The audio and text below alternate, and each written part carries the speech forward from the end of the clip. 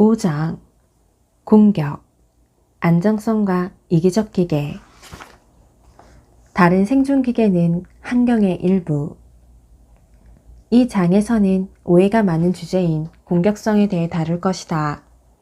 여기서도 우리는 개체를 유전자 모두에게 최선이라면 무엇이든지 실행하게 만들어진 이기적 기계라고 간주할 것이다. 이는 편의를 위한 것이다. 이 장의 마지막에서는 다시 하나의 유전자에 대해 논의할 것이다. 한 생존 기계의 입장에서 보면 자기의 아이 또는 가까운 친척이 아닌 다른 생존 기계는 바위나 냇물이나 한 조각의 먹이 같은 환경의 일부다. 그것은 방해물일 수도 있고 이용 대상이기도 하다. 그러나 바위나 냇물과 다른 점은 반격할 수 있다는 것이다.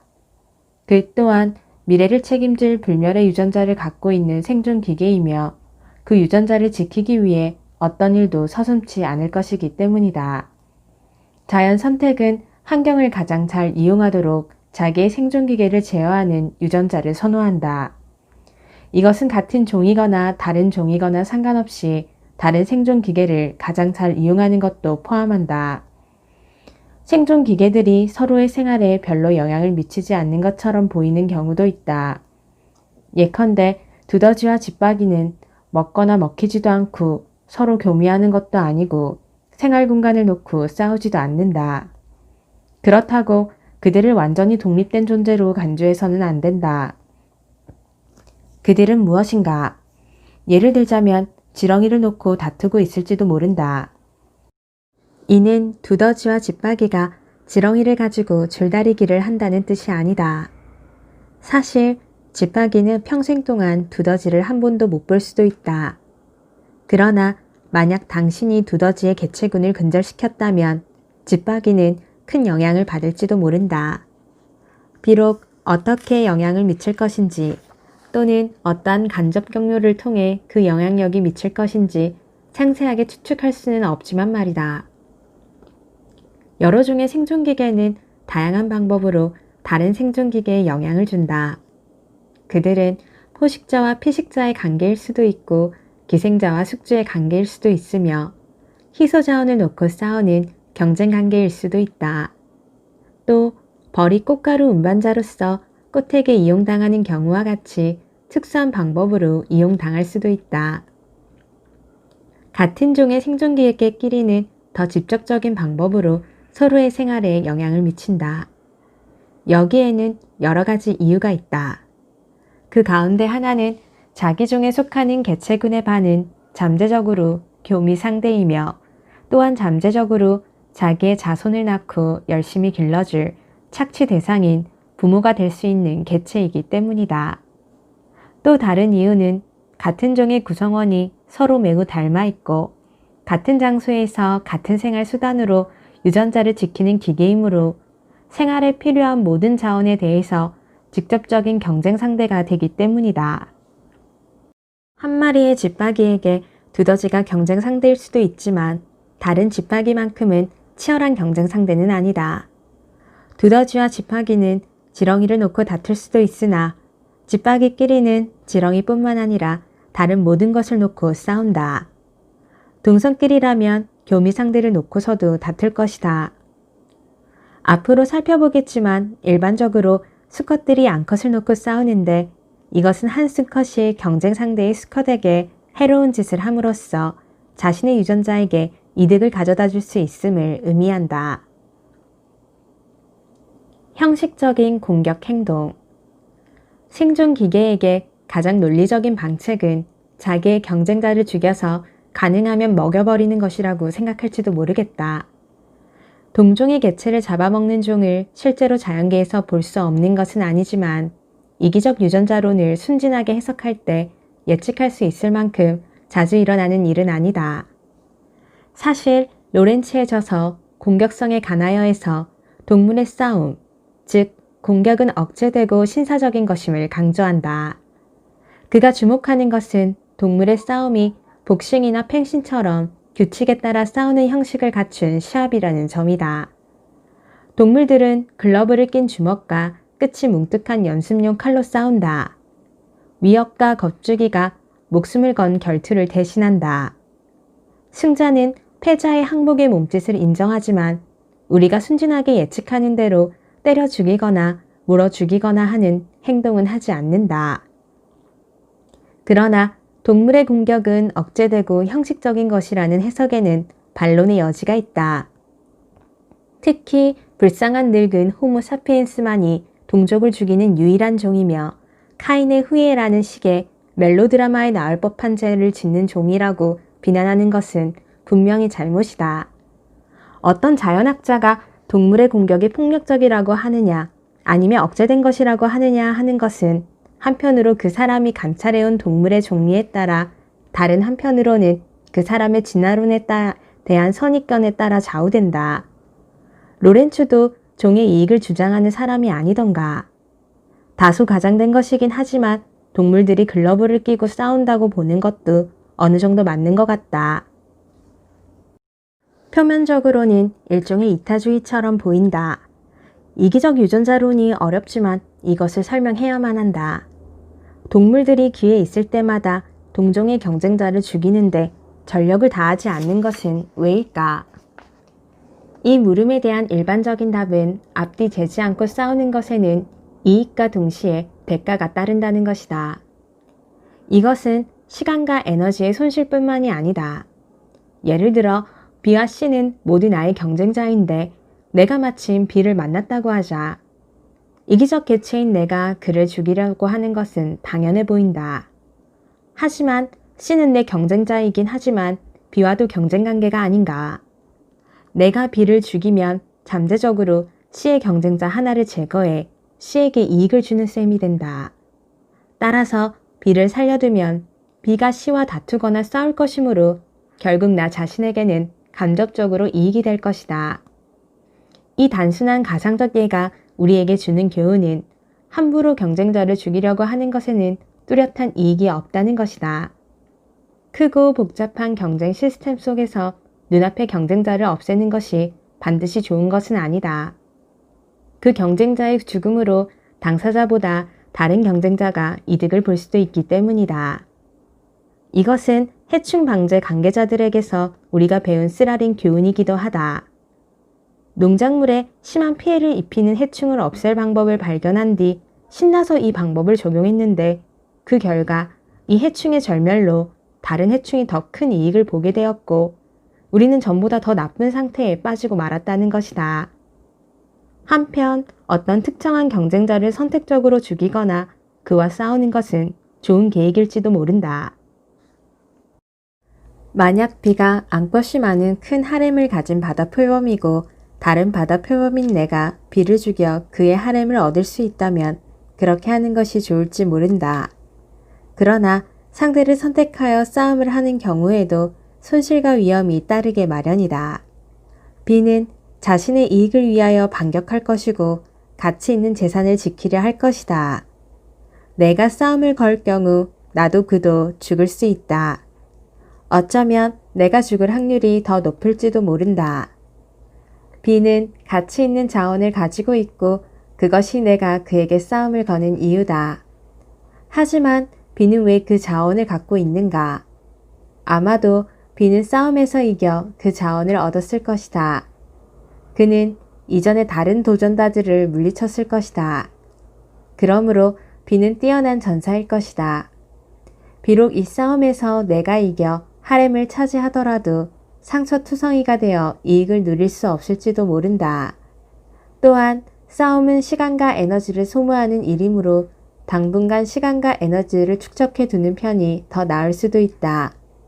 내가 한동안 먹는 것에 전념하고 싸움에 말려들지 않도록 조심하면 나는 장차 강대해질 것이다.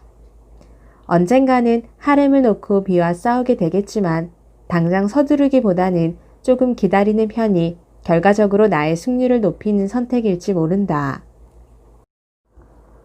게임 이론과 진화적으로 안정한 전략. 이러한 예는 이상적으로 싸울 것인가 말 것인가의 결단에 앞서 무의식적으로라도 손익계산을 해봐야 한다는 것을 보여준다. 싸워서 확실히 이득을 볼 때도 있지만 싸울 때마다 매번 그만큼의 이익이 쌓이는 것은 아니다. 마찬가지로 싸우는 동안 그 싸움을 확대시키느냐 진정시키느냐 하는 전술적 결단에는 각각 손실과 이득이 있으며 이는 원칙적으로 분석이 가능하다. 이 사실은 오랫동안 동물 행동학자들에게 막연히 받아들여졌으나 이 발상을 분명히 표현한 것은 보통 동물 행동학자로 인정되지 않는 메이너드 스미스였다. 그는 프라이스, 파커와의 공동 연구에서 게임 이론이라는 수학의 한 분야를 응용했다. 이들의 멋진 이론은 수학 기호를 쓰지 않고도 말로 표현할 수 있다. 정확도가 조금 떨어지기는 하지만 말이다.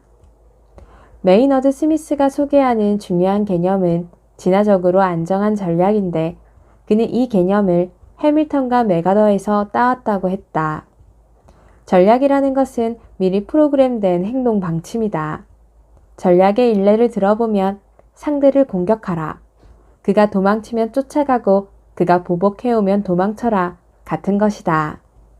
여기서 중요한 것은 개체가 전략을 의식적으로 고안해냈다고 생각하지 말아야 한다는 점이다. 우리는 현재 동물을 근육을 제어하는 미리 프로그램된 컴퓨터가 조종하는 로봇 생존 기계라 생각하고 있다는 점을 상기하기 바란다. 편의상 이 전략을 일종의 지시처럼 말로 쉽게 표현하는 것뿐이다. 어떤 불분명한 메커니즘에 의해 동물은 마치 이러한 지시를 따르는 것처럼 행동한다. 진화적으로 안정한 전략, 즉 ESS는 개체군에 있는 대부분의 구성원이 일단 그 전략을 채택하면 다른 대체 전략이 그 전략을 능가할 수 없는 전략이라고 정의된다. 이것은 미묘하고도 중요한 개념이다. 바꿔 말하면 어떤 개체에게 가장 좋은 전략은 개체군 대부분이 무엇을 하고 있느냐에 따라 좌우된다는 것이다. 그 개체를 제외한 나머지 개체들도 각각 자기의 성공을 최대화하려는 개체들이므로 장기간 지속될 수 있는 유일한 전략은 일단 그 전략이 진화하면 다른 어떤 전략도 그 전략보다 더 많은 이득을 볼 수 없는 그런 전략이다. 환경에 어떤 큰 변화가 일어나면 잠시 동안 진화적으로 불안정한 기간이 올 수 있으며 개체군 내에서 변동이 생기는 경우도 있다. 그러나 어떤 전략이 일단 ESS가 되면 그것은 계속 ESS로 남는다. 자연 선택은 이 전략에서 벗어나는 전략을 벌할 것이다. 매파와 비둘기파. 이 개념을 동물의 공격적 행동에 적용하기 위해 메이너드 스미스의 가상적인 예 중 가장 단순한 예 하나를 고찰해보자. 예컨대 어떤 종의 개체군에서 개체들이 채택하는 싸움 전략은 두 종류밖에 없다고 하고 그 이름을 매파와 비둘기파라고 하자. 우리의 가상적 개체군에서 개체들은 모두 매파든 비둘기파든 어느 한편에 속한다. 매파의 개체들은 늘 맹렬히 싸우고 심하게 다쳤을 때가 아니면 굴복하지 않는다. 비둘기파의 개체들은 그저 품이 있는 정통적 방법으로 위협만 할 뿐 누구에게도 상처를 주지 않는다. 매파의 개체와 비둘기파의 개체가 싸우면 비둘기파는 그냥 도망치므로 다치는 일이 없다. 매파의 개체끼리는 한편이 중상을 입거나 죽을 때까지 싸운다. 비둘기파끼리는 부딪힐 때는 어느 편도 다치지 않는다. 오랫동안 서로 위협 자세를 취하기만 하다가 실증이 나거나 더 이상 버틸 필요가 없다고 생각해 결국 싸움을 멈추기 때문이다. 당분간은 어떤 개체가 자신의 경쟁자가 매파인지 비둘기파인지 미리 알 수 있는 방법이 없다고 가정하자. 그 경쟁자와 싸운 뒤에야 비로소 알 수 있고 그 개체가 싸우는 데 도움이 될 수 있는 특정 개체와의 과거 싸움은 기억하지 못한다고 하자. 이제 순전히 임의적인 방법으로 싸우는 개체들에게 점수를 주기로 하자. 예컨대 승자에게는 50점, 패자에게는 0점을 주고 중상자에게는 마이너 100점, 장기전에 따른 시간 낭비에는 마이너스 10점을 준다고 하자. 이들 점수는 유전자의 생존이라는 통화로 직접 환산될 수 있다고 보아도 좋다. 높은 점수를 얻은 개체, 즉 평균 득점이 높은 개체는 유전자 풀 속에 다수의 유전자를 남기는 개체다. 실제 개체들에게 수치를 얼마로 주느냐는 제법 넓은 범위 내에서는 분석상 관계없지만 우리가 이 문제를 생각하는 데는 특정 수치를 가정하는 것이 어느 정도 도움이 된다. 중요한 것은 우리가 매파와 비둘기파와 싸워 이기는 경향이 있다던가 하는 것에는 관심이 없다는 것이다. 우리는 이미 그 답을 알고 있다. 언제나 매파가 이길 것이다. 우리가 알고 싶은 것은 매파형 전략과 비둘기파형 전략 중에 어느 것이 진화적으로 안정한 전략인가 하는 것이다. 만약 한쪽이 ESS이고 다른 쪽은 그렇지 않다면 우리는 ESS인 쪽을 진화할 것이라고 생각해야 한다. 물론 두 개의 ESS가 있는 것도 이론적으로는 가능하다. 개체군의 대세가 매파든 비둘기파든 간에 어떤 개체에게 최선의 전략은 대세를 따르는 것이다. 이때 개체군은 두 개의 안정상태 중 어느 것이든 먼저 도달된 쪽으로 고정될 것이다. 그러나 앞으로 살펴보겠지만 실제로 매파와 비둘기파라는 두 전략은 그 자체로는 진화적으로 안정한 것이 아니므로 둘 중 어느 한쪽이 진화한다고 기대할 수는 없다. 이를 설명하려면 평균 득점을 계산해야만 한다. 구성원 전원이 비둘기파인 개체군이 있다고 하자. 이들은 싸워도 다치지 않는다. 이들의 싸움은 예를 들면 째려보는 것과 같이 장기적이고 의식적인 시합이어서 어느 쪽이든 기가 죽으면 끝난다. 이때 승자는 싸워서 자원을 차지했기 때문에 50점을 얻지만 째려보는데 오래 걸렸기 때문에 10점의 점수가 까여 결국 40점을 얻게 된다. 패자 역시 시간을 낭비했으므로 10점이 까인다. 평균적으로 비둘기파 개체들은 모두 싸움의 반은 이기고 반은 질 것이므로 싸움당 이들의 득점은 플러스 40과 마이너스 10을 평균하여 플러스 15점이 된다. 따라서 비둘기파의 개체군 내 비둘기파 개체들은 모두 득점이 좋아 보인다. 그런데 이 개체군의 매파의 돌연변이 개체가 나타났다고 가정해보자. 돌연변이 개체는 여기서 유일한 매파이므로 싸움 상대는 모두 비둘기파다. 매파는 항상 비둘기파를 이기므로 그는 모든 싸움에서 플러스 50점을 기록하게 되며 이것이 그의 평균 득점이 된다. 그는 득점이 플러스 15점밖에 안 되는 비둘기파에 비해 막대한 이익을 누린다. 그 결과 매파의 유전자는 개체군 내에서 급속히 퍼질 것이다. 그러나 그렇게 되면 매파의 개체는 자신과 부딪히는 경쟁자가 모두 비둘기파라고 기대할 수 없게 된다. 극단적인 예를 들어 매파의 유전자가 너무도 순조롭게 개체군 내에 퍼져서 개체군 전체가 매파가 됐다면 이번에는 모든 싸움이 매파끼리의 싸움이 될 것이다. 이제는 사정이 매우 달라진다. 매파끼리 부딪히면 한쪽이 심하게 다쳐 100점이 깎이는 반면 승자는 50점을 얻는다. 매파 개체군의 각 개체는 싸움의 반은 이기고 반은 질 것이므로 싸움당 평균 득점은 플러스 50점과 마이너 100점, 즉 마이너 25점이 된다. 이제 매파의 개체군 내에 비둘기파의 한 개체가 있다고 하자.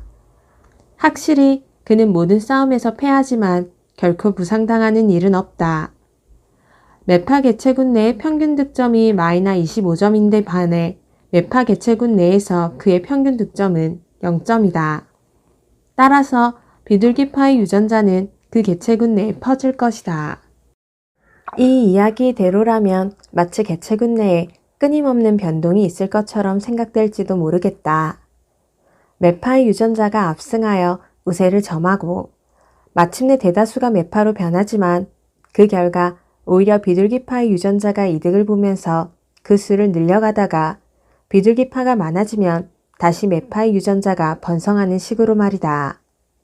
그러나 이와 같은 변동이 벌어지지 않을 수도 있다. 매파와 비둘기파의 안정된 비율이 존재한다면 말이다. 우리가 사용하는 임의의 득점 시스템으로 계산해보면 안정된 비율은 비둘기파가 12분의 5, 매파가 12분의 7인 것을 알 수 있다. 개체군이 이와 같은 안정된 비율을 가지면 매파의 평균 득점과 비둘기파의 평균 득점은 같아진다. 따라서 자연 선택은 어느 한쪽을 선호하지 않는다. 만약 개체군 내 매파의 수가 점점 늘어 그 비율이 12분의 7을 넘으면 비둘기파가 더 이익을 보기 시작하여 그 비율은 원래의 안정한 비율로 돌아온다. 안정된 성비가 50대 50인 것처럼 이와 같은 가상적 예에서 매파 대 비둘기파의 비는 7대 5이다. 어느 경우에서든 안정점 부근에서 변동이 있었다고 해도 그 변동폭은 그리 크지 않다. 표면적으로는 집단 선택설처럼 들릴지도 모르나 실제로는 전혀 다른 이야기다. 집단 선택설처럼 들리는 이유는 개체군의 안정된 평형 상태가 있어서 그것을 흐트러뜨리면 다시 그 상태로 되돌아오려는 경향이 있기 때문이다. 그러나 이 SS는 집단 선택보다 훨씬 미묘한 개념이다. 그것은 어떤 집단이 다른 집단보다 더 성공적인가와 관계가 없다. 이 사실은 우리의 가상적인 득점 시스템을 이용하여 설명할 수 있다. 매파 12분의 7, 비둘기파 12분의 5로 된 안정한 개체군 내에서 한 개체의 평균 득점은 6과 4분의 1승이 된다. 이것은 그 개체가 매파든 비둘기파든 같다. 그런데 이 6의 4분의 1승이라는 득점은 비둘기파 개체군 내 비둘기파의 개체 평균 득점 15점보다 훨씬 낮다. 개체군 구성원 전원이 비둘기파가 되는 것에 동의하기만 하면 어느 개체나 이득을 보는 것이다. 단순한 집단 선택설에 따르면 그 구성원 전원이 비둘기파가 되는 것에 동의하는 집단은 이 SS에 머물러 있는 경쟁자 집단보다 성공할 확률이 높다. 실제로 전원이 비둘기파 되기로 공모한 집단이 성공 확률이 가장 높은 집단은 아니다. 매파 6분의 1과 비둘기파 6분의 5인 집단에서는 싸움단 평균 득점이 16의 3분의 2승이다. 이것이 가장 성공 확률이 높은 공모 형태지만 현재의 논의에서는 무시해도 좋다. 전원이 비둘기파가 되는 단순한 공모의 경우에도 각 개체는 평균 득점이 15점이나 되며 그 집단 내 모든 개체의 득점은 이 SS 집단보다 훨씬 높다. 따라서 집단 선택설은 전원이 비둘기파가 되기로 공모한 집단이 진화할 것이라고 예측할 것이다. 왜냐하면 매파가 12분의 7의 비율로 포함되어 있는 집단은 비둘기파가 되기로 공모한 집단보다 덜 성공적일 것이기 때문이다. 그러나 개체들 간의 공모에는 한 가지 문제가 있다. 장기간에 걸쳐 전원에게 이익이 되는 공모의 경우에도 악용될 소지가 있다는 것이다. 확실히 어떤 개체도 ESS 집단에 있는 것보다 비둘기파의 공모 집단에 있는 것이 더 유리하다. 그러나 불행하게도 비둘기파 공모 집단 속에서 한 개체의 매파는 그 성적이 너무 좋기 때문에 이 집단에서 매파의 진화를 막을 수 있는 것은 아무것도 없다. 그러므로 그 공모는 내부의 불신 행위로 말미암아 파기될 수밖에 없다. ESS는 안정한 것이다. 이는 ESS에 참여하는 개체에게 딱히 유리해서가 아니라 내부로부터의 배신에도 흔들리지 않기 때문이다. 인간이 모두에게 도움이 되는 협정을 맺거나 공모를 하는 것은 설령 그것이 ESS의 의미에서 안정한 것이 아니더라도 가능하다. 그러나 인간의 경우 공모 혹은 협정이 가능한 이유는 개인 모두가 의식적으로 미래를 예견하고 그 협정의 규약에 따르는 것이 자기의 장기적 이익에 좋다고 여기기 때문이다. 하지만 인간의 협정에서도 그 협정을 파기하면 단기적으로 큰 이득이 되기 때문에 그러고 싶은 유혹이 압도적으로 커질 위험이 있다. 이에 해당되는 가장 좋은 예는 아마도 가격 협정일 것이다. 휘발유 가격을 인위적으로 높게 책정하면 주유업자들 모두 장기적으로 이익을 얻는다. 이를 의식적으로 예상한 주유업자들의 가격 단합이 오랫동안 지속될 것이다. 그런데 조만간 자기만 가격을 인하해 빠른 시간 내에 한몫 챙기자는 유혹에 빠지는 업자가 생겨난다. 그러면 그 즉시 인근 업자도 가격을 내리고 순식간에 휘발유값 인하 파동이 전국으로 퍼진다. 주의업자가 아닌 우리에게는 불행한 일이지만 주의업자들이 다시금 의식적으로 미래를 예상하여 새로운 가격 단합이 형성된다. 이와 같이 의식적으로 예견하는 재능을 가진 인간에서도 장기적 이익을 기반으로 한 협정 또는 공모는 내부로부터 배신 때문에 늘 붕괴할 위험이 있다. 하물며 고군분투하고 있는 유전자에게 조종되는 야생생물들에게서는 집단의 이익이나 공무 전략이 어떻게 진화할 수 있는지 상상조차 하기 어렵다. 따라서 우리는 진화적으로 안정한 전략이 있는 방식이 어디에서나 볼 수 있다고 기대해야만 한다. 앞의 가상적인 예에서 우리는 어느 한 개체는 매파나 비둘기파 중 어느 한쪽이 된다는 단순한 가정을 했다.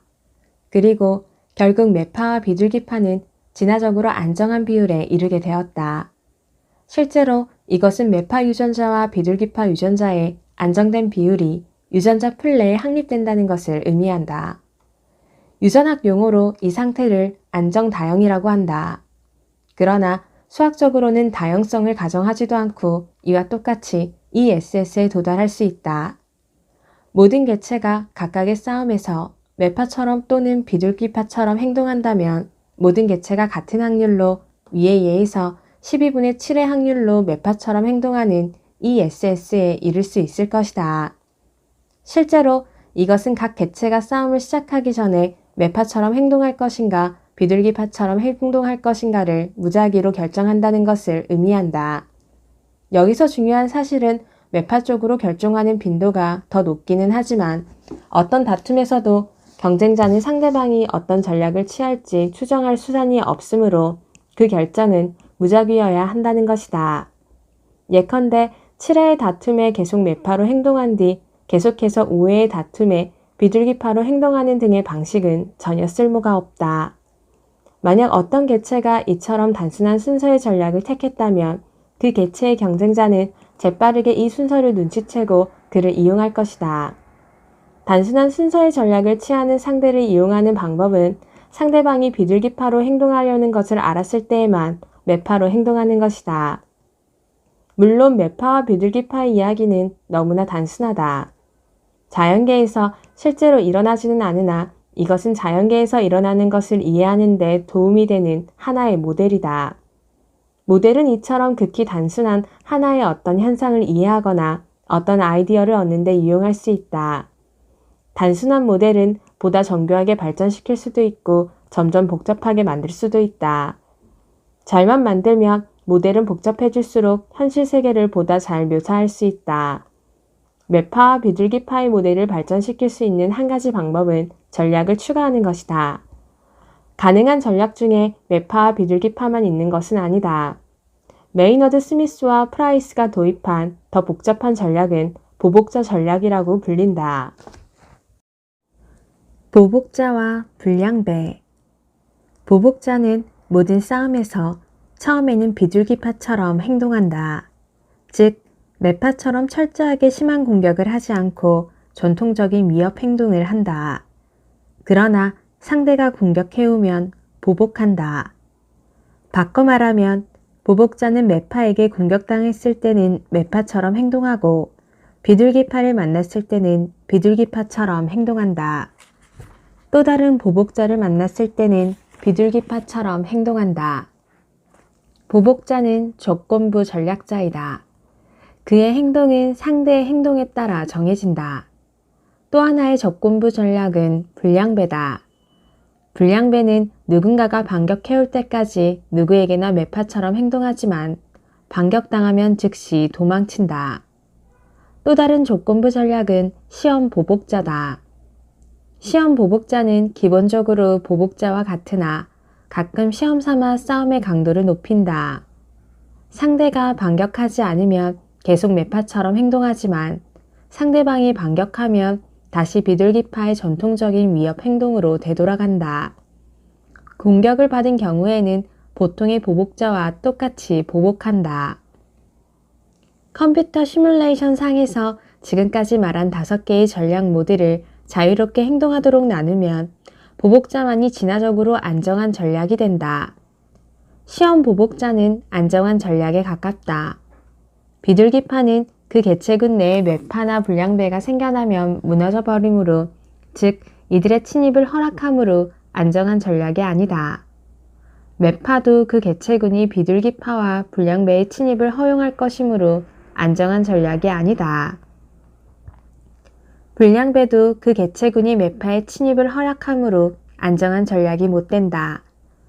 보복자의 개체군에서는 보복자 자신보다 더 성적이 좋은 전략이 없기 때문에 어느 전략도 침입할 수 없다. 그러나 비둘기파는 보복자의 개체군 내에서 보복자와 비슷한 정도로 성적이 좋다. 이는 다른 조건이 같다면 비둘기파의 수가 서서히 늘어날 수 있다는 것을 의미한다.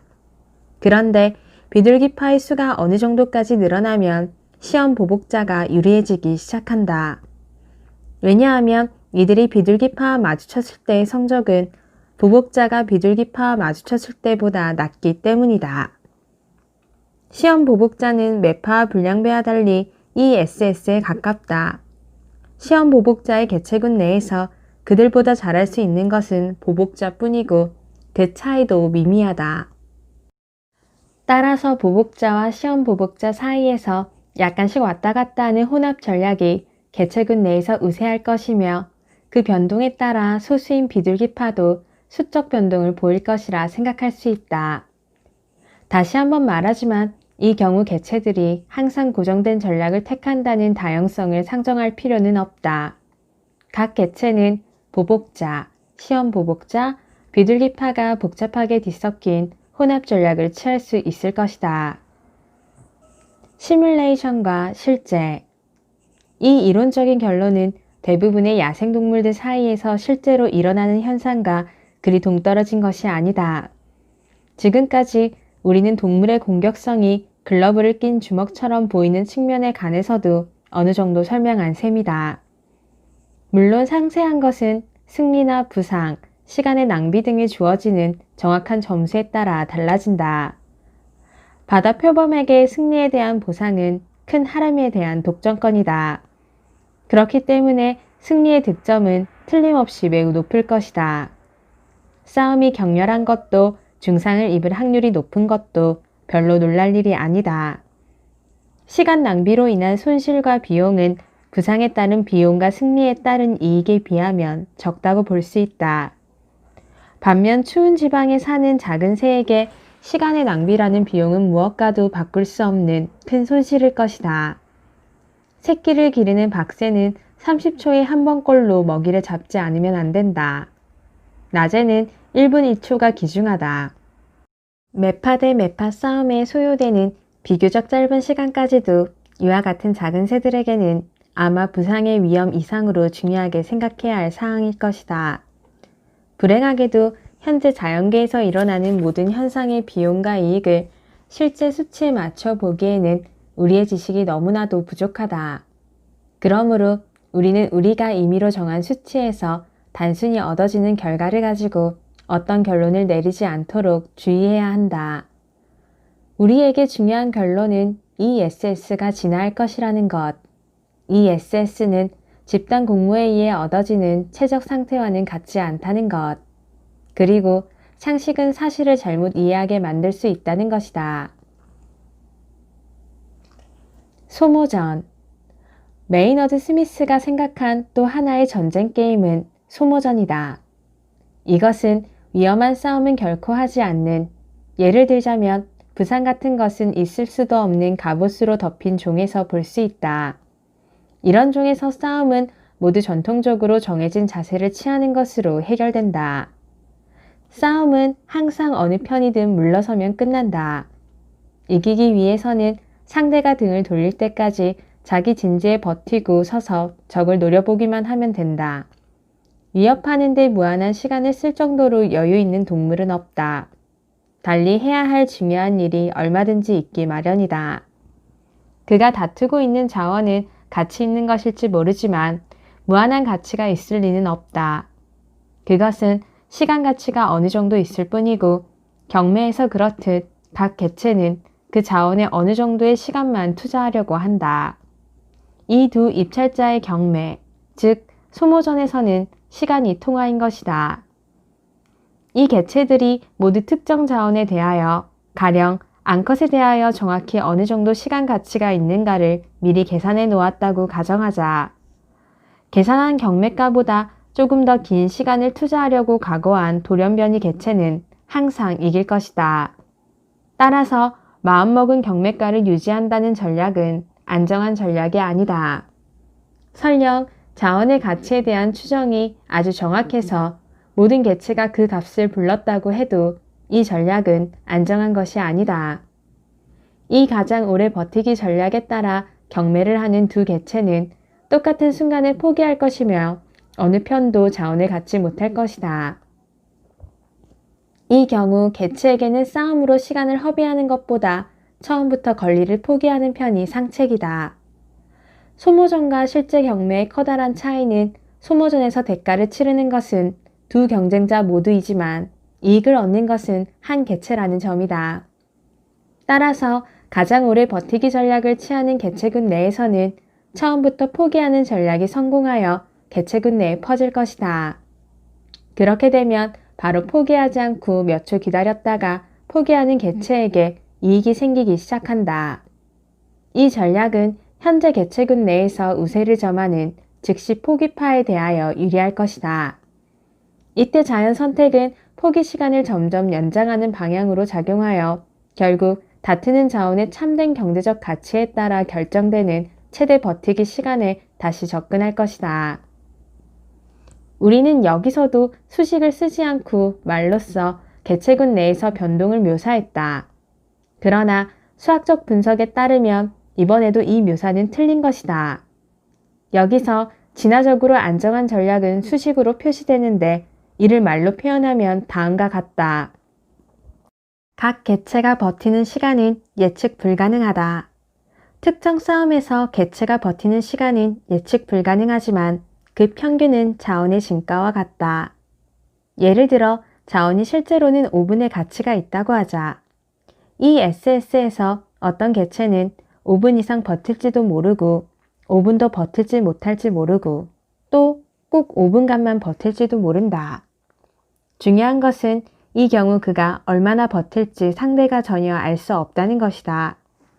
소모전에서는 내가 포기하려는 것을 상대가 눈치채지 않도록 하는 것이 무엇보다 중요하다. 수염을 조금 움직이든지 하여 포기하려는 것이 들키면 즉시 불리한 입장에 놓인다. 가령 수염을 움직이는 것이 1분 내에 포기한다는 확실한 징조라면 다음과 같은 지극히 단순한 승리의 전략이 존재할 수 있다. 상대의 수염이 움직이면 당신의 처음 계획이 무엇이었든 1분만 더 참아라.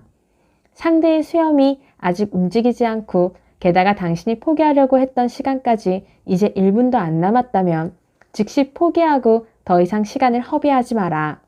수염은 결코 움직이지 마라.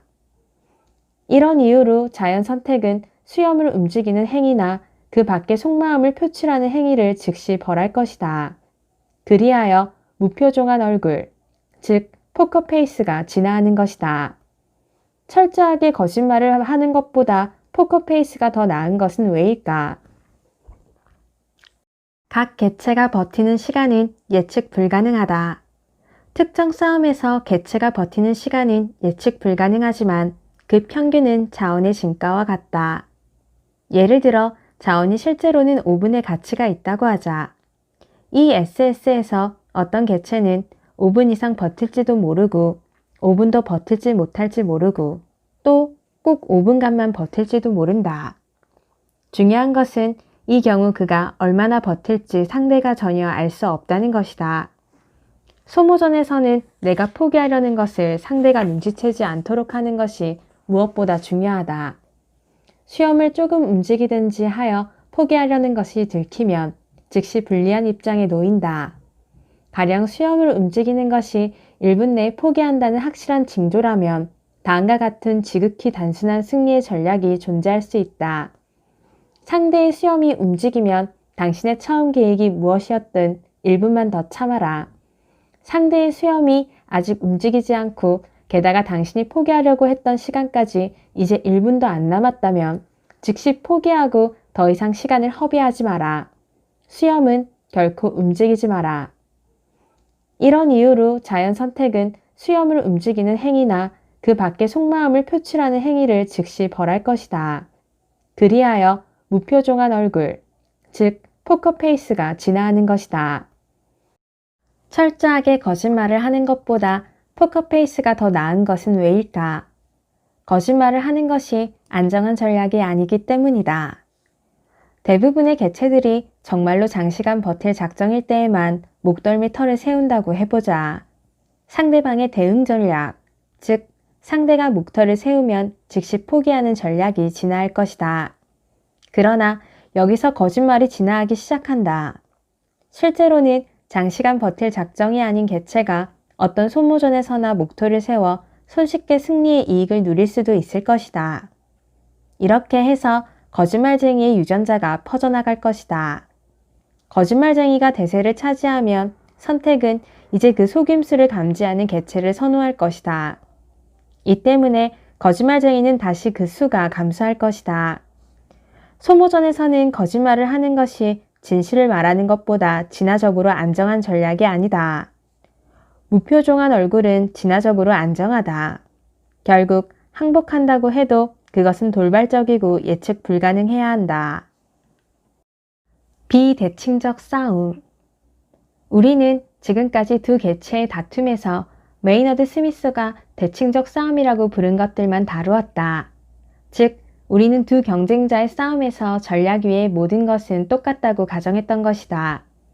매파와 비둘기파는 똑같이 강하고 무기나 갑옷으로 동등하게 무장했고 승리로 얻는 것도 동등하다고 가정했다. 이것은 하나의 모델을 만들기에는 편리한 가정이지만 별로 현실적이지 않다. 그래서 파커와 메이너드 스미스는 비대칭적인 싸움을 고려하였다.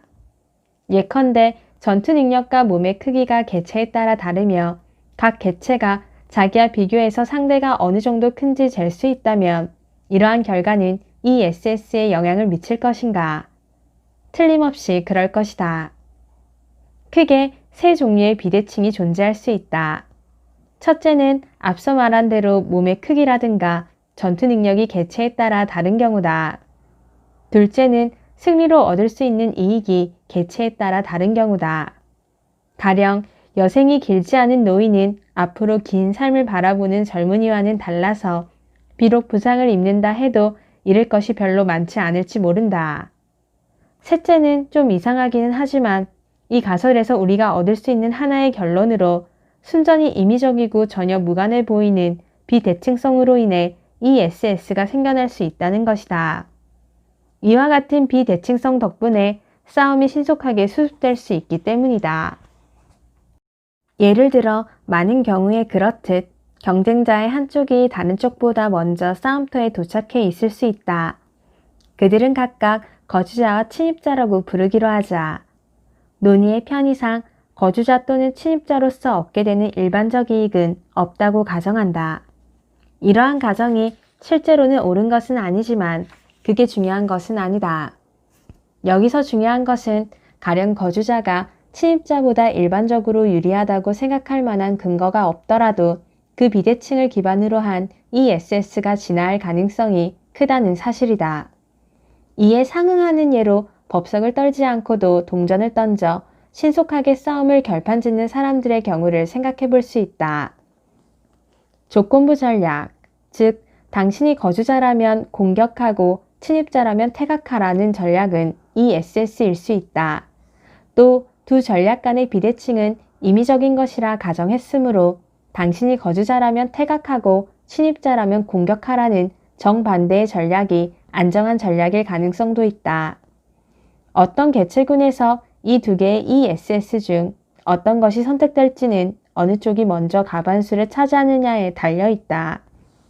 대다수의 개체가 이 두 개의 조건 전략 중 한쪽을 취하면 그와 다른 전략을 취한 개체는 벌을 받게 된다. 따라서 그 전략은 정의상 ESS가 된다.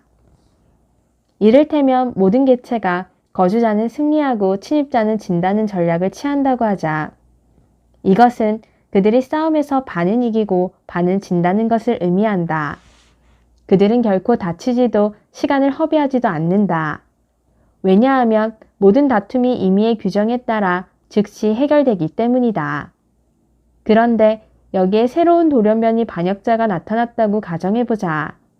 그는 항상 공격하며 결코 물러나지 않는 순수한 매파 전략을 취한다고 해보자. 상대가 침입자일 경우 이 개체는 이길 것이다. 상대가 거주자라면 이 개체는 부상의 위험을 감수해야 한다. 평균적으로 그는 이 SS의 임의의 규칙에 따라서 행동하는 개체보다 득점이 낮아진다. 당신이 거주자라면 도망가고 침입자라면 공격하라는 간행에 반대되는 전략을 시도하는 반역자의 상황은 더욱 나쁘다. 그는 자주 부상을 당할 뿐만 아니라 거의 이기지 못한다. 그러나 어떤 우연한 일로 이 간행에 반대되는 전략을 따르는 개체가 과반수를 차지하는 경우를 생각해보자. 이때 이들의 전략은 안정한 규범이 되어 이를 따르지 않는 개체는 처벌을 받는다. 아마도 한 개체군을 여러 세대에 걸쳐 관찰하다 보면 가끔은 한 안정 상태에서 다른 안정 상태로 급변하는 과정을 목격할지도 모른다. 그러나 실생활에서 순전히 임의적인 비대칭이라는 것은 존재하지 않는다. 예컨대 거주자는 대개 침입자보다 유리한 입장에 있을 것이다. 거주자는 그 지역의 지형을 잘 알고 있으며 거주자가 오래도록 거기에 머물러 있었던 데 반해 침입자는 이제 막 싸움터로 왔기 때문에 숨가쁠지도 모른다. 자연계에서 두 개의 안정상태 중 거주자는 이기고 침입자는 진다라는 편이 안정상태가 될 가능성이 높아진다는 데는 더 추상적인 이유가 있다. 즉, 침입자가 이기고 거주자가 진다라는 반대의 전략은 스스로 붕괴하는 성향을 가지고 있다는 것이다. 메이너드 스미스는 이것을 역설적 전략이라고 했다. 이 역설적 ESS 상태에 있는 개체군 내의 개체는 항상 거주자로 보이지 않으려 애쓸 것이다. 어떤 다툼에서도 항상 침입자인 것처럼 보이려 노력할 것이다. 이렇게 하려면 그들은 부단히 그리고 목적 없이 돌아다닐 수밖에 없다. 이에 소모되는 시간과 에너지를 차치하고라도 이 진화적 경향으로 인해 거주자라는 범주가 사라질 것이다. 거주자는 이기고 침입자는 진다는 다른 안정상태에 있는 개체군에서는 자연 선택이 거주자가 되려고 애쓰는 개체를 선호할 것이다. 각 개체에게는 이는 특정 구역에 틀어박혀 가능한 한 그곳을 벗어나지 않고 마치 그곳을 지키고 있는 것처럼 보이는 것을 의미한다. 잘 알려져 있듯이 이러한 행동은 자연계에서 흔히 볼 수 있는데 우리는 이를 영역 방어라고 부른다.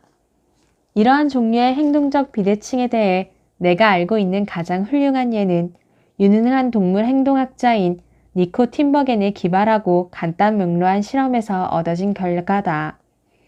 팀버겐에게는 가시고기 수컷 2마리가 들어있는 수조가 있었다. 이 수컷들은 서로 수조의 반대쪽 구석에 집을 짓고 자기 집 둘레의 영역을 지키고 있었다. 팀버겐은 이 2마리의 물고기를 각각 큰 유리 시험관에 넣고 시험관을 나란히 놓아 시험관 속의 물고기들이 시험관 벽을 통하여 싸우려고 하는지 관찰하였다. 그는 매우 흥미로운 결과를 얻었다. 2개의 시험관을 수컷 A의 집에 가까이 접근시키자 A가 공격 자세를 취하고 B는 물러나려고 했다. 그런데 시험관을 수컷 B의 영역으로 이동시키자 형세는 역전됐다. 팀버겐은 2개의 시험관을 단순히 수조의 한 끝에서 다른 끝으로 이동시키는 것만으로도 어떤 수컷이 공격하고 어떤 수컷이 물러서게 만들 수 있었다. 두 개체 모두 단순한 조건부 전략, 즉 거주자면 공격하고 침입자면 물러나라는 전략을 취했던 것이다. 생물학자들은 영역 방어 행동의 생물학적 이점이 무엇인가 묻는다. 이에 대해 여러 가지 가능성이 제기되었는데 그중 몇 가지에 대해서는 나중에 언급하겠다. 그런데 이제 이 질문 자체가 쓸데없을지도 모른다는 것을 알게 되었다. 영역 방어란 두 개체와 한 떼기의 땅 사이의 관계를 결정짓는 도착 시간의 차이, 즉 도착 시간이 비대칭성 때문에 생기는 하나의 ESS에 불과할지도 모른다. 체구의 차이. 아마도 비임의적인 비대칭 중에서 가장 중요한 것은 몸의 크기와 일반적인 전투 능력의 차이일 것이다. 체구가 크다는 것은 싸움에서 이기기 위해 가장 중요한 요건이라고 할 수는 없으나 중요한 요건 가운데 하나임이 분명하다. 싸움에서 몸집이 큰 편이 항상 이긴다면, 그리고 각 개체가 자기가 상대보다 큰지 작은지를 확실히 알고 있다면 이때 쓸모있는 전략은 단 하나밖에 없다. 즉, 상대가 더 크면 도망가라, 상대가 작으면 공격하라는 전략이다. 몸집의 크기가 얼마나 중요한지 확실하지 않을 때는 문제가 좀 더 복잡해진다. 체구가 크다는 것이 조금이라도 도움이 된다면 지금 말한 전략은 안정한 것이다. 그런데 부상 위험이 큰 경우에는 제2의 역설적 전략도 있을 수 있다. 이는 자기보다 큰 놈이면 싸움을 걸고 작은 놈은 피하라는 전략이다. 이 전략이 역설적인 이유는 명백하다. 상식에 완전히 반대되기 때문이다. 그러나 이 전략이 안정한 전략인 이유는 모두가 역설적 전략을 취하는 개체군에서는 누구도 부상을 입지 않기 때문이다. 이것은 모든 싸움에서 몸이 큰 쪽이 항상 도망가기 때문이다. 여기에 작은 상대를 괴롭히는 상식적 전략을 취하는 평균적 몸 크기를 지닌 돌연변이 개체가 나타난다면 그 개체는 자신이 마주친 상대의 절반가량과 격한 싸움을 하게 될 것이다. 이것은 그가 자기보다 작은 상대와 마주치면 공격을 하고 그 작은 개체는 역설적 전략을 취하고 있으므로 공격에 맞서 싸우기 때문이다. 상식적 전략을 취하는 개체가 역설적 전략을 취하는 개체보다 이길 확률은 높으나 한편 패할 위험과 크게 다칠 위험도 감수해야 한다. 개체군 대부분이 역설적 전략을 취하고 있으므로 상식적 전략을 취하는 개체는 역설적 전략을 취하는 어느 개체보다 다칠 가능성이 높다. 설령 역설적 전략이 안정한 전략이라고 해도 이것은 다만 학문적으로 흥미로운 것에 불과하다. 역설파가 상식파보다 높은 득점을 올리는 것은 그들이 상식파보다 압도적으로 많을 때에만 가능하다. 이 상태가 처음에 어떻게 생겨날 수 있었는지 상상하기란 어렵다. 설령 그러한 상태가 생겨났다 해도 개체군 내에서 역설파에 대한 상식파의 비율이 아주 조금만 증가하면 다른 ESS, 즉 상식파의 ESS의 유인지대에 빨려들고 말 것이다. 이 경우 유인지대란 상식파가 유리하게 되는 개체군 내 비율의 집합을 말한다. 즉, 한 개체군이 이 유인지대에 들어가면 상식적 전략의 안정점 쪽으로 어쩔 수 없이 빨려 들어가는 것이다. 자연계에서 역설적 ESS의 예를 발견하는 것은 흥분할 만한 일이지만 정말로 그 예를 발견할 수 있을지는 의문이다. 내가 너무 빨리 이 문장을 써버렸나 보다. 이 마지막 문장을 쓴 후에 메이너드 스미스 교수가 내게 버제스가 멕시코산 사회성 거미인 오에코비우스 시비타스의 행동에 관해 쓴 것을 알려주었다.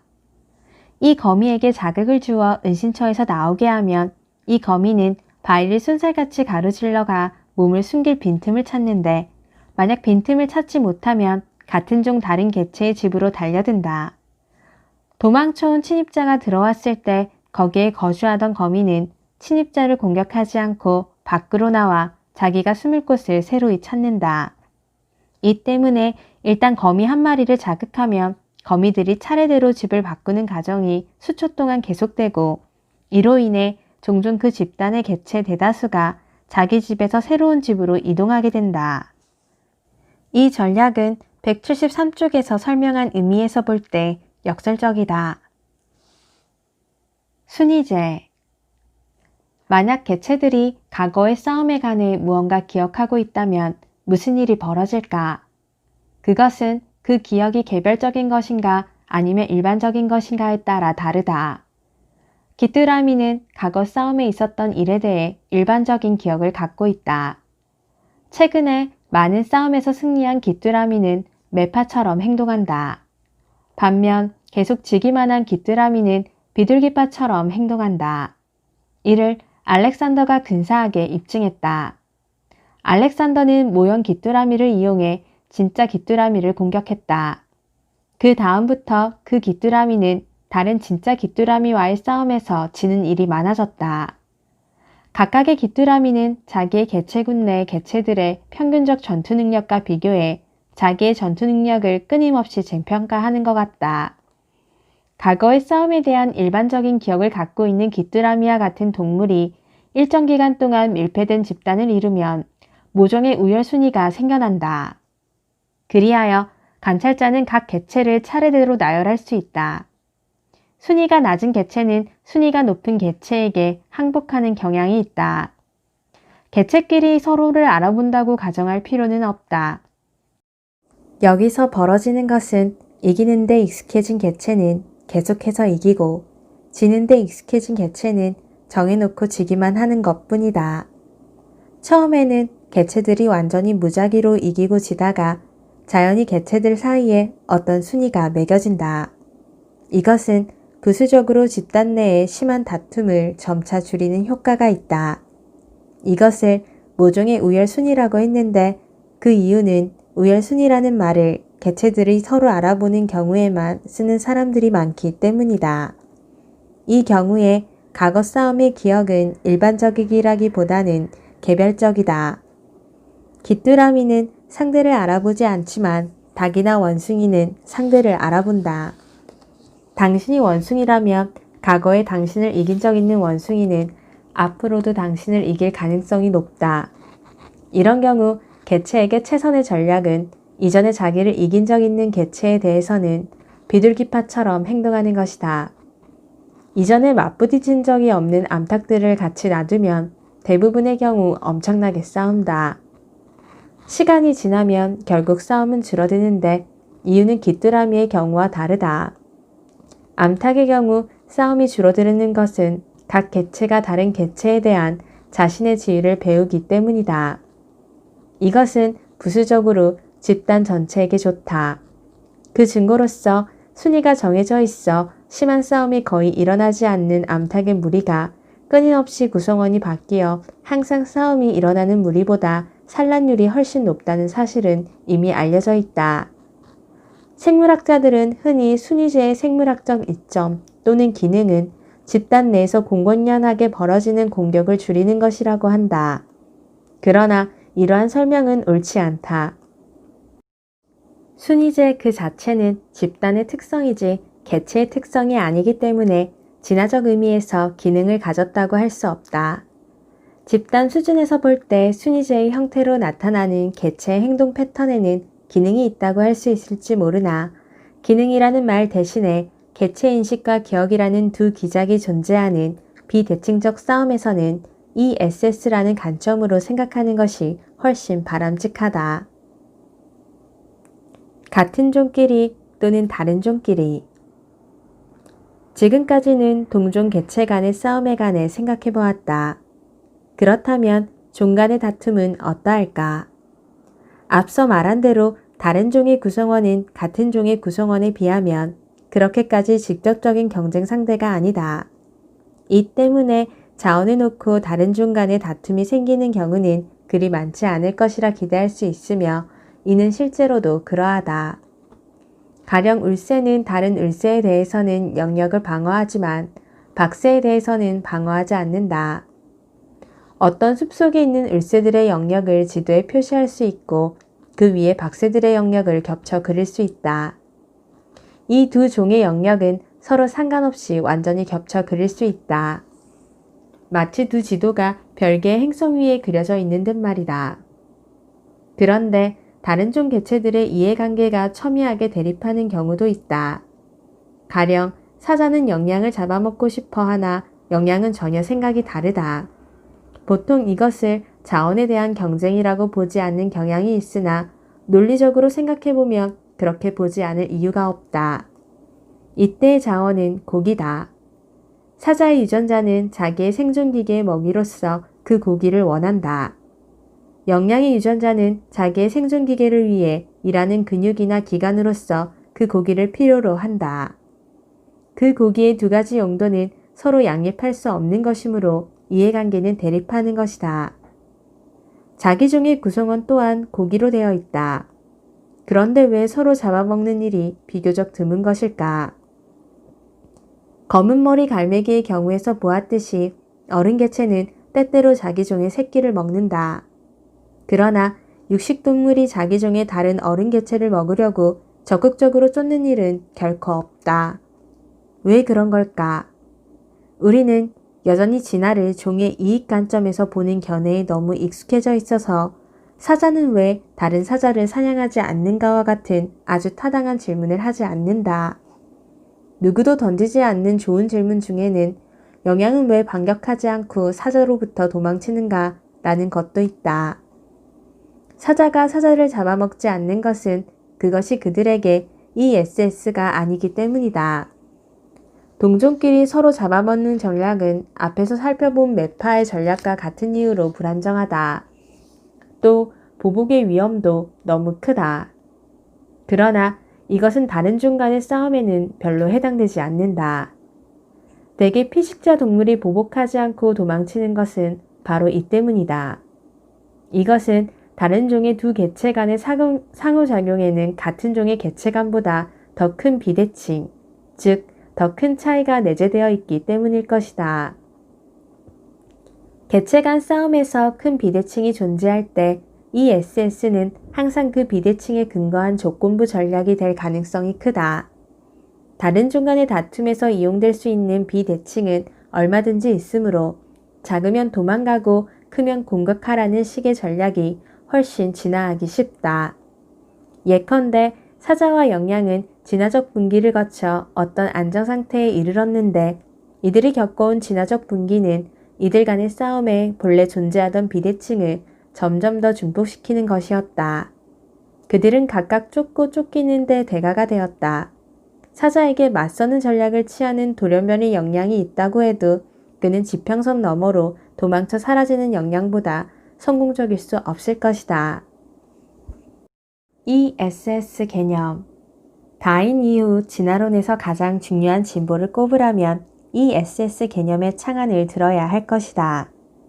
이 개념은 이해 대립이 있는 경우라면, 즉 거의 어디에나 적용될 수 있다. 동물 행동을 연구하는 학생들은 사회조직이라고 불리는 것에 대해 이야기하는 습관이 있다. 어떤 종의 사회조직은 그 자체로 생물학적 이점을 지닌 독자적 실체로서 취급되는 경우가 너무도 많다. 그 단적인 예가 바로 앞서 설명한 순위제다. 생물학자들이 사회조직에 대해 언급하는 내용 상당수의 배후에는 집단 선택주의자의 가정이 숨어 있을 거라고 나는 믿는다. 메이너드 스미스의 ESS 개념은 독립된 이기적 실체가 어떻게 해서 조직화된 전체를 담게 되는가를 우리에게 최초로 가르쳐 줄 것이다. 이 사실은 종 내의 사회조직뿐만 아니라 많은 종으로 이루어진 생태계나 군집에 대해서도 마찬가지다. 장기적인 안목에서 보면 ESS 개념은 생태학의 혁명을 불러일으킬 것이다.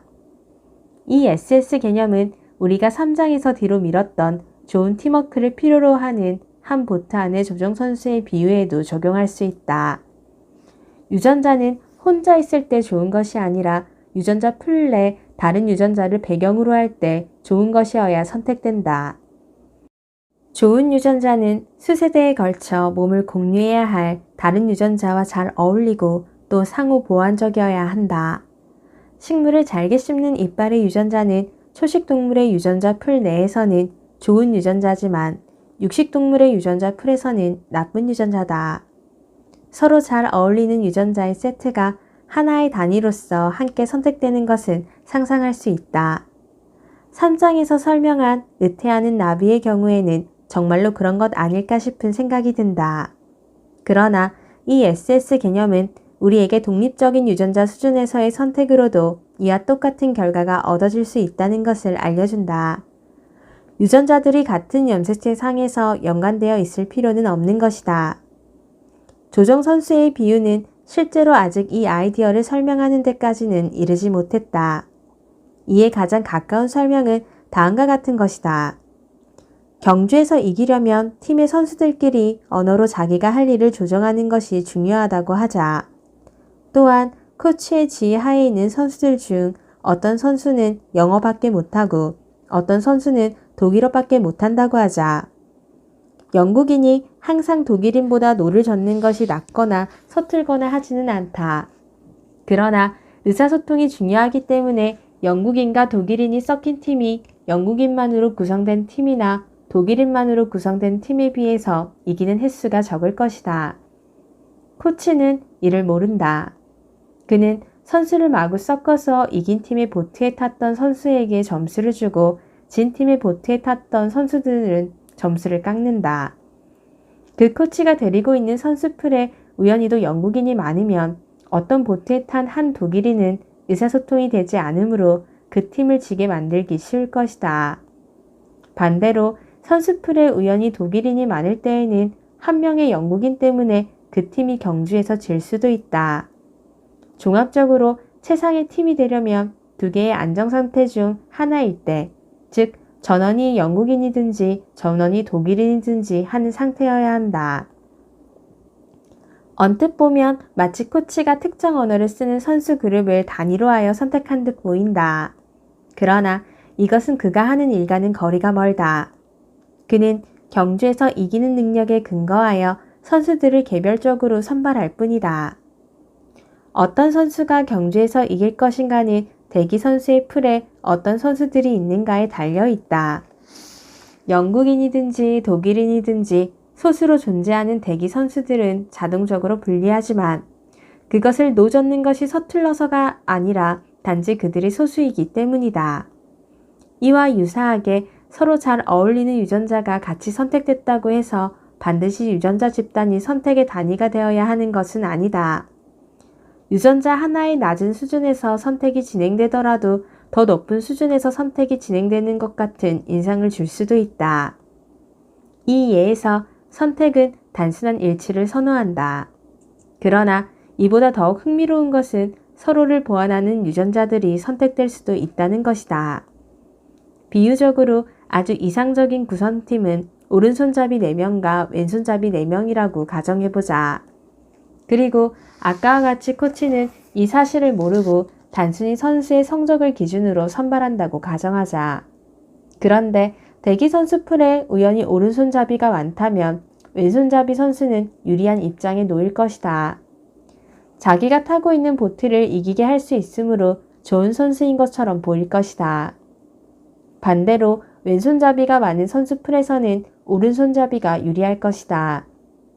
이것은 비둘기파 개체군 내에서는 매파가, 매파 개체군 내에서는 비둘기파가 성공적인 것과 같다. 다른 점이라면 비둘기파와 매파의 예는 개체 간의, 즉 이기적 기계 간의 상호작용에 대한 것인데 비해 우리의 예에서는 체내 유전자 간의 상호작용을 비유해서 다루고 있다는 것이다.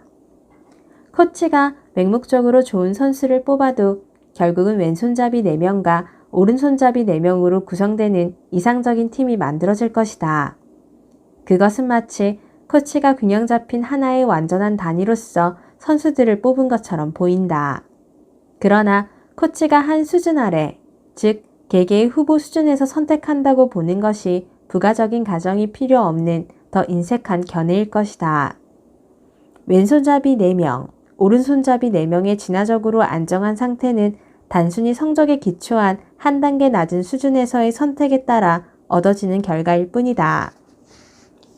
유전자 풀은 오랜 기간에 걸친 유전자의 환경이다. 좋은 유전자란 맹목적으로 선택되어 유전자 풀에서 살아남은 것이다. 이것은 이론이 아니다. 관찰된 사실도 아니다. 이것은 동어 반복일 뿐이다. 그렇다면 좋은 유전자는 어떤 속성을 지니고 있는가? 이에 대해 나는 앞서 좋은 유전자는 유능한 생존기계, 즉 몸을 만드는 능력을 갖고 있다고 말한 바 있다. 그러나 이제는 이를 수정해야 할 때다. 유전자 풀은 진화적으로 안정한 유전자들의 세트가 될 것이며 이는 어떠한 새로운 유전자도 침입할 수 없는 유전자 풀로 정의된다. 돌연변이나 재조합 또는 이입으로 생기는 새로운 유전자는 대부분이 자연 선택의 벌을 받아 즉시 제거되고 진화적으로 안정한 유전자 세트는 복원된다. 어떤 새로운 유전자가 그 세트에 침입하는 데 성공해 유전자 풀 내에 퍼져나가는 경우도 있다. 그러면 불안정한 가두기를 거쳐 진화적으로 안정한 새로운 조합이 만들어진다. 작은 진화가 일어나는 것이다. 공격 전략에 대한 예에서 설명했던 것처럼 개체군에는 또 다른 안정점이 하나 이상 존재할 수 있고 때때로 이쪽 안정점에서 저쪽 안정점으로 갑자기 펄쩍 뛰어넘기도 한다. 진보를 향한 진화는 꾸준히 올라가는 과정이 아니라 오히려 한 안정기에서 다음 안정기로 불연속적인 계단을 올라가는 과정일지도 모른다. 개체군 전체가 마치 하나의 자기조절 단위인 것처럼 보일 수 있다. 그러나 이런 착각은 유전자의 수준에서 진행되는 선택 때문에 생기는 것이다. 유전자는 그 우수성 때문에 선택된다. 그러나 그 우수성은 진화적으로 안정한 세트, 즉 현재의 유전자 풀을 배경으로 했을 때 그 성과가 얼마나 뛰어난지에 기초하여 결정된다. 메이너드 스미스는 개체들 사이에서 벌어지는 공격적 상호작용에 초점을 맞춤으로써 이 과정을 분명히 설명할 수 있었다. 매파의 몸의 개수와 비둘기파의 몸의 개수 사이에 안정한 비율이 존재한다는 것을 생각하기 어렵지 않다. 왜냐하면 몸은 큰 물체여서 우리가 눈으로 볼 수 있기 때문이다. 그러나 이와 같이 다른 몸속에 들어 앉아있는 유전자 간에 벌어지는 상호작용은 빙산의 일각에 불과하다. 진화적으로 안정한 세트, 즉 유전자 풀 내에서 유전자 간의 상호작용은 대부분 하나의 몸속에서 벌어진다. 이들의 상호작용은 세포 내에서, 특히 발생 중인 배의 세포 내에서 일어나기 때문에 육안으로 보기는 어렵다. 모든 것이 잘 통합된 몸이 존재하는 것은 그것이 이기적 유전자들의 진화적으로 안정한 세트가 만들어낸 선물이기 때문이다. 그러나 이 책의 주제인 동물 개체들 간의 상호작용 수준으로 되돌아가야 한다. 공격성을 이해하기 위해서는 개개의 동물을 독립된 이기적 기계로 보는 것이 편리했다. 이러한 모델은 우리가 형제자매, 사촌, 부모 자식 간과 같은 가까운 혈연자를 다룰 때는 더 이상 성립하지 않는다. 혈연자끼리는 상당히 많은 유전자를 공유하기 때문이다. 따라서 하나의 이기적 유전자를 위해 다른 여러 개의 몸이 충성을 다한다. 이것에 관해서는 다음 장에서 설명하겠다.